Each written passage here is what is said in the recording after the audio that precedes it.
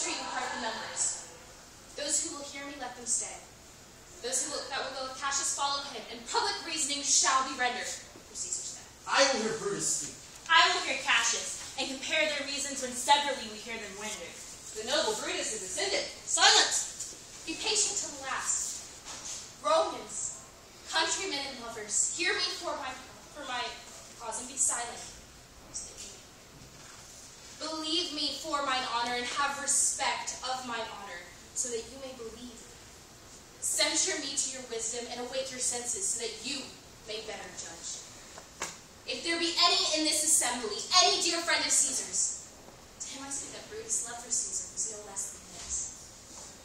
If he then demand why Brutus rose against Caesar, this is my response.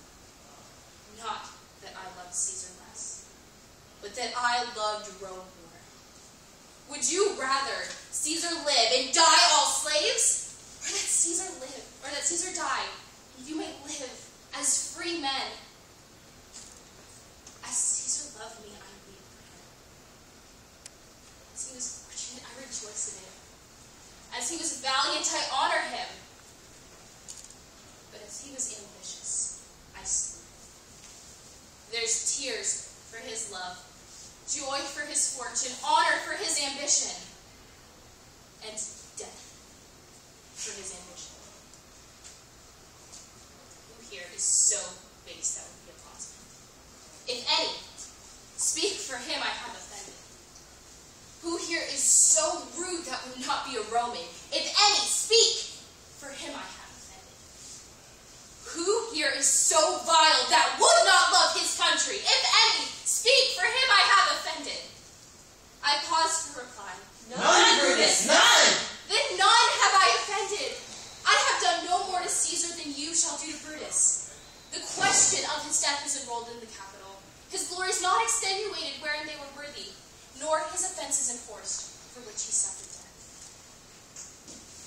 Look, here comes the body, mourned by Mark Antony, who, though he had no hand in his death dying, shall receive the benefit of his death, a place in the Commonwealth, as which of you shall not? With this I depart. As I slew my best lover for the good of Rome, I have the same dagger for myself, when it shall please my country to meet you. Live, Brutus, live! We'll bring him with triumph home into his house. Give him a statue with his ancestors. Let him be Caesar. Caesar's better part shall be crowned in Brutus. We'll bring him home with shouts and clamors. Good countrymen! Peace! Silence! Brutus speaks. Peace out. My countrymen, let me depart alone, and for my sake, stay here with Antony. Do grace to Caesar's corpse, and grace his speech which tends to Caesar's glories, which, by our permission, Antony is allowed to make. Let no man depart save I, till Antony has spoken. Stay out. Let us hear Mark Antony. Let him go up. We'll hear him. Noble Antony, go up. For Brutus' sake, I am beholden to you. He says, for Brutus' sake, he finds himself beholden to us all. For best he speak no harm of Brutus here. This Caesar was a tyrant. Nay, 'tis certain. We are blessed that Rome is rid of him. Peace! Let us hear what Antony can say. You gentle Romans. Peace out. Peace out! Friends, Romans, countrymen, lend me your ears. I come to bury Caesar, not to praise him. The evil that men do lives after them. The good is oft interred with their bones, so let it be with Caesar. The noble Brutus hath told you Caesar was ambitious. If it were so, it were a grievous fault, and grievously has Caesar answered it. Here, under leave of Brutus and the rest, where Brutus is an honorable man, so are they all honorable men. Come I to speak in Caesar's funeral. He had brought many captives home to Rome, whose ransoms did the general coffers fill. Did this in Caesar seem ambitious? When that the poor have cried, Caesar hath wept. Ambition should be made of sterner stuff. Yet Brutus says he was ambitious, and Brutus is an honorable man. You all did see that on the Lupercal I thrice presented him a kingly crown, which he did thrice refuse. Was this ambition? Yet Brutus says he was ambitious, and sure, he is an honorable man. I speak not to disprove what Brutus spoke, but here I am to speak what I do know. You all did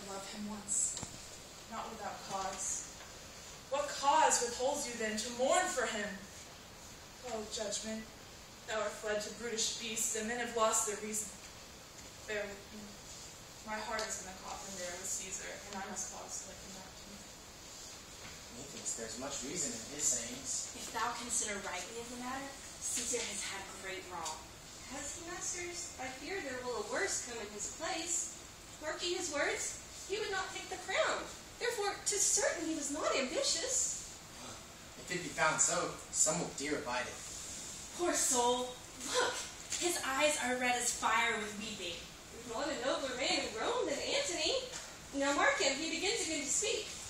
But yesterday the word of Caesar might have stood against the world. Now lies he there, and none so poor to do him reverence. Oh, masters, if I were disposed to stir your hearts and minds to mutiny and rage, I should do Brutus wrong, and Cassius wrong, who you all know are honorable men. I will not do them wrong. I rather choose to wrong the dead, to wrong myself and you than to wrong such honorable men. But here's a parchment with the seal of Caesar. I found it in his closet, 'tis his will. Let but the commons hear this testament, which, pardon me, I do not mean to read, and they would go and kiss dead Caesar's wounds, and dip their napkins in his sacred blood, yea, beg a hair of him for memory, and dying, mention it within their wills, bequeathing it as a rich legacy unto their issue. We'll hear the will. Read it, Mark Antony. The will. The will! The will. Have patience, gentle friends. I must not read it. It is not meet you know how Caesar loved you. You are not wood, you are not stones, but men. And being men, bearing the will of Caesar, it will inflame you, it will make you mad. 'Tis good you know not that you are his heirs. For if you should, oh, what would come of it? Read the will. We'll hear it, Antony. You shall read us the will. Caesar's will. Will you have patience? Will you stay a while? I have overshot myself to tell you of it. I fear I wronged the honorable men whose daggers have stabbed Caesar. I do fear it. They were traitors, honorable men. The will. The testament. They were villains. Murderers. The will. Read the will. You will compel me then to read the will. Then make a ring about the corpse of Caesar, and I will show you him to read the will. Shall I descend, and will you give me leave? Come down. Descend. You shall have leave. A ring. Stand round. Stand from the hearse. Stand from the body. Make room for noble Antony. Most noble Antony. Nay, press not so upon me. Stand back. Room. Bear back. You have peers. Prepare to show them now. You all do know this mantle. I remember the first time ever Caesar put it on. It was on a summer's evening in his tent, that day he overcame the Nervii. Look, in this place ran Cassius' dagger through. See what a rent the envious Casca made. Through this, the well-beloved Brutus stabbed, and as he plucked his cursed steel away, mark how the blood of Caesar followed it, as rushing out of doors to be resolved if Brutus so unkindly knocked or no. For Brutus, as you know, was Caesar's angel. Judge, O you gods, how dearly Caesar loved him. This was the most unkindest cut of all. For when the great Caesar saw him stabbed, ingratitude, more strong than traitor's arms, quite vanquished him, and burst his mighty heart. And in his mantle, muffling up his face, even at the base of Pompey's statue, which all the while ran blood, great Caesar fell. Oh, what a fall there was, my countrymen! Then I and you and all of us fell down whilst bloody treason flourished over us. Oh, now you weep, and I perceive you feel the dint of pity. These are gracious drops. Kind souls, what, weep you when you but behold our Caesar's vesture wounded? Look you here. Here is himself, marred, as you see, with traitors. Oh, piteous spectacle. Oh, most noble Caesar. Oh, woeful day. Oh, traitors. Villains. It was bloody sight. We will be revenged. Revenge. Seek. Thou art slave. Let And not not a traitor live. Stay, countrymen. Peace out. Mark him. Let's hear noble Antony. We'll hear him. We'll follow him. We'll die with him. Good friends, sweet friends, let me not stir you up to such a sudden flood of mutiny. They that have done this deed are honorable. What private griefs they have, alas, I know not that made them do it. They are wise and honorable and will no doubt with reasons answer you. I come not, friends, to steal away your hearts. I am no orator as Brutus is, but as you know me all, a plain, blunt man that loved my friend, and that they know full well that gave me publicly to speak of him. For I have neither wit, nor words, nor worth, action, nor utterance, nor the power of speech to stir men's blood. I only speak right on. I tell you that which you yourselves do know. Show you sweet Caesar's wounds, poor, poor dumb mouths, and bid them speak for me. But were I Brutus, and Brutus Antony, there were an Antony would ruffle up your spirits and put a tongue in every wound of Caesar that should move the stones of Rome to rise and mutiny. We'll mutiny! We'll burn the house of Brutus. Away then, come, seek the conspirators. Yet hear me, countrymen, yet hear me speak. Peace out, hear Antony. My friends, you go to you know not what. Wherein has Caesar thus deserved your loves? Alas, you know not. I must tell you then, you have forgot the will I told you of. Most true. Will. Say and hear the will. Here's the will, and under Caesar's seal. To every Roman citizen he gives, to every civil man, 75 drachmas. Oh, most noble Caesar, we will revenge his death. Oh, royal Caesar. Hear me with patience.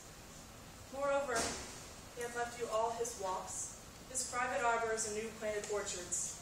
On this side Tiber he hath left them you, and to your heirs forever, common pleasures to walk abroad and recreate yourselves.